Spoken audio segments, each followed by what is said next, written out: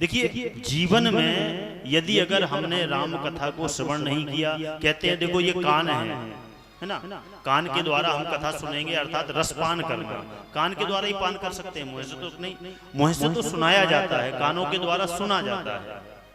और कहते हैं देखो भगवान ने हमें जो भी वस्तु दी है वो हर एक विशेष कार्य के लिए दी गई है। हमें नेत्र दिए किस लिए दिए? संसार को देखने के लिए नहीं, देखते हैं वो एक क्रिया है, परंतु विशेषकर हमें हरि मंदिर जाकर भगवान के दर्शन करना चाहिए, भगवान का ध्यान करना चाहिए। ये नेत्र इसीलिए काम में लेना चाहिए। दूसरा बोले भगवान ने हमें मुंह दिया है किस लिए? बोले भगवान की कीर्तन गाइए, भजन गाइए, उनके मंत्र का जाप करिए।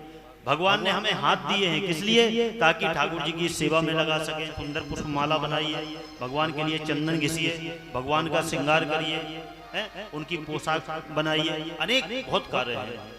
भगवान ने हमें चरण दिए हैं, पैर दिए, किस लिए दिए? ताकि तीर्थ स्थान का तीर्थाटन करिए, भ्रमण करिए, आप जाइए तीर्थों में जाकर परिक्रमा लगाइए।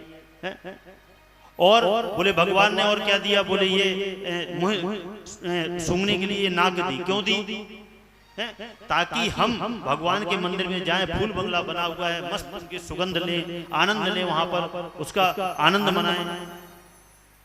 और कान सुनने, अब अगर कान भगवान ने दिए है ना, और हम कान को कथा में ना लगा करके, कथा में ना लगाएं और कथा को छोड़ करके और सीधे जा करके और भगवान के व्यर्थ की बातों में लग जाए, कथा में ना लगे, तो कहते हैं देखिए जो भगवान की कथा नहीं सुनता है उनके कान क्या है?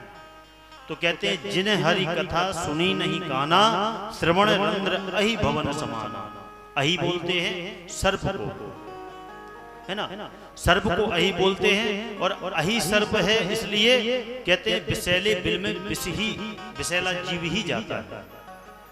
सर्प के बिल में सर्प ही जाएगा महाराज, कोई व्यक्ति नहीं। ऐसे ही यदि अगर हमारे कान लोगों की बुराइयां सुनने की आदी हो जाए, अगर हम लोगों की बुराई सुनने में लग जाएं, तो फिर हम है ना, हम कभी भी किसी की अच्छाई नहीं सुन सकते, भगवान की कथा नहीं सुन सकते।